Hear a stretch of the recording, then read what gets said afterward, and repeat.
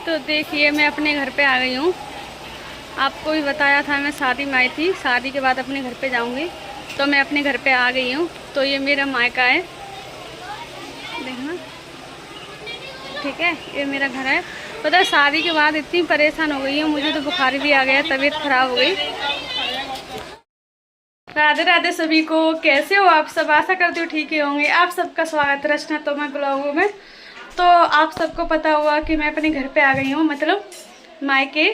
पहले मैं अपनी ससुराल थी, शादी में गई थी, अब शादी हो चुकी है तो मैं अपने घर पे आ गई, अपने मायके। तो बस यही बताना चाह रही थी कि आप सबको बता दूँ, मैंने पहले बोला था कि मैं घर पे जाऊंगी, तो मैं अब आ चुकी हूँ। शादी हो चुकी लड़की की, और जैसी लड़की की विदा हुई मैं भी अपने घर पे आ गई, क्योंकि मुझे वापस भी जाना है दिल्ली। तो मैं आपको बताती हूँ मेरा गांव, ठीक है, बने रहे मेरी वीडियो में। देखो मोर बैठी है, बाज़ार में ऐसे नहीं आती है ना, गांव में तो पता छत छत पे आ जाती हैं और ये नाचती हैं तो बहुत अच्छी लगती हैं।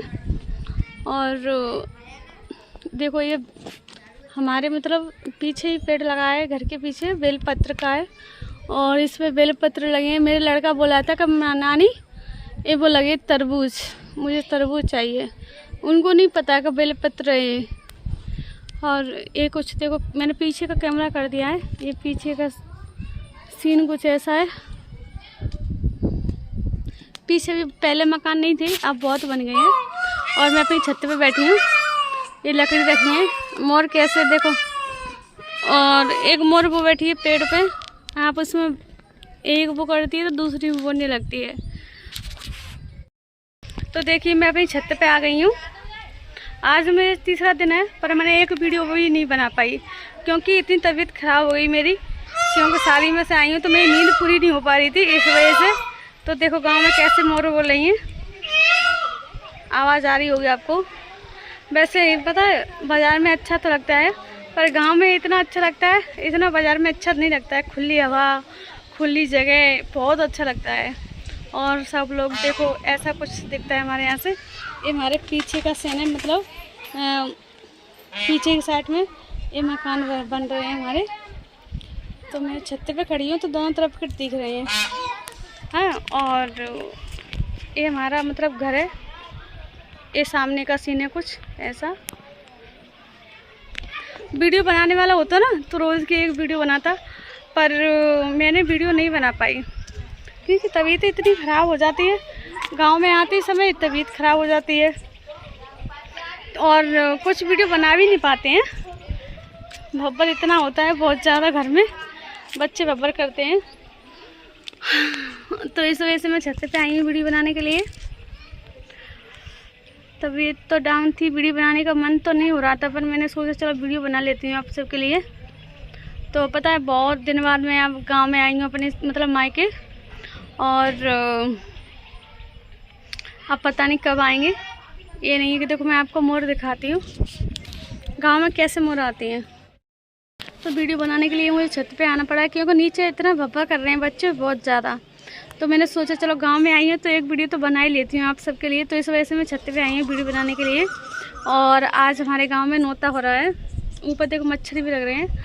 तो हमारा नोता आया है, तो मैं जाऊँगी, मम्मी बोली तैयार हो जाओ, और मैं तैयार नहीं होंगी, बस सिर्फ जूड़ा लगा लूँगी और यही कपड़े पहन के जाऊँगी, क्योंकि मेरे भी वैसे मन तो नहीं हो रहा है, पर गांव में नोता खाने में बहुत मज़ा आता है, अच्छा लगता है। मुझे गांव का नोता बहुत अच्छा लगता है। तो इस वजह से मैं नहीं चूकूँ, वैसे भी तबीयत ख़राब, पर मैं मानूंगी नहीं, नोता खाने ज़रूर जाऊंगी। वैसे मैं खाऊँ नहीं, पर जाऊंगी ज़रूर, क्योंकि मुझे बहुत अच्छा लगता है जाने में। बाज़ार में ऐसे कहाँ आते हैं नोता, और बहुत साल बाद मैं अपने गाँव में जा रही हूँ नोता खाने के लिए। मुझे वैसे भी पसंद है। मैं अपनी पता है ससुराल में भी नोता आता ना, कोई नहीं जाता है, फिर भी मैं सबको तैयार कर लेती हूँ, चलो चलो चलो।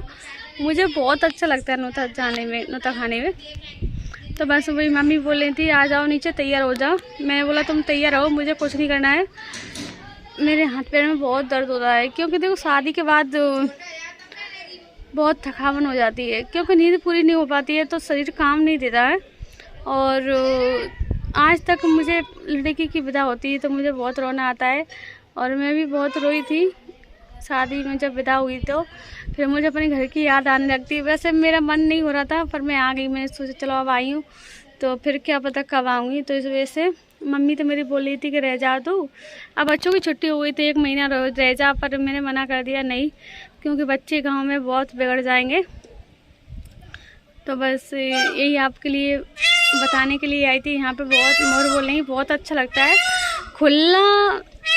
खुले जगह में बहुत अच्छा लगता है। सही ये लगता है मतलब चैन की नींद, चैन से सो जाओ बढ़िया, पता नहीं कैसा लगता है पर बहुत अच्छा लगता है। मुझे दिल्ली में ज़्यादा अच्छा नहीं लगता है, उसमें बंद में घुटन सी होती है। यहाँ पे खुला पूरा खुला है। गांव में ऐसा अच्छा लगता है बहुत ज़्यादा, पर क्या करें गांव में भी ज़्यादा दिन नहीं रह सकते हैं। पता है गांव में भी ज़्यादा दिन रहेंगे ना तो बहुत से लोग बोलते हैं कि इन्हें यहाँ पे डली रहती है नहीं क्या कुछ भी, और मैं आती नहीं हूँ तो बहुत लोग बोलते हैं लड़की आती नहीं है। पता नहीं अगर 2-3 महीने लग के रह जाऊँ ना तो फिर वही लोग बोलेंगे कि इतना रहती हैं, मतलब बोलने वाले बोल ही देते हैं। तो मैं इस हिसाब से, मेरी मम्मी बोलती है मैं अपने घर पे कम से कम 8-9 साल हो गए। 8-9 साल में मैं अपने घर पे कभी 15 दिन भी नहीं रही हूँ। वही आती हूँ 2 दिन के लिए, 4 दिन के लिए, ज़्यादा 6 दिन के लिए बस। तो मेरी मम्मी बहुत रोती हैं, बोलती है तो कभी भी नहीं रहती है, ऐसी बोल के चली जाती है। मम्मी बोलती हैं तो मैं बोलती हूँ मैं अब आऊँगी जब रहूँगी, पर मैं रह नहीं पाती हूँ क्योंकि बच्चों की पढ़ाई होती है और फिर गांव में तो उतना ही अच्छा लगता है 10-8 दिन के लिए बस फिर ज़्यादा नहीं अच्छा लगता है, बच्चे भी बिगड़ जाते हैं। हाँ मम्मी बुला रही है मुझे, नीचे आ जाओ नीचे आ जाओ। मैं ऊपर आ रही थी वीडियो बनाने के लिए और चलो चलती है, तैयार हो जाऊँ। ज़्यादा तैयार नहीं होंगी क्योंकि मेरे हाथ पैर काम नहीं कर रहे हैं, तभी कुछ डांस ही है।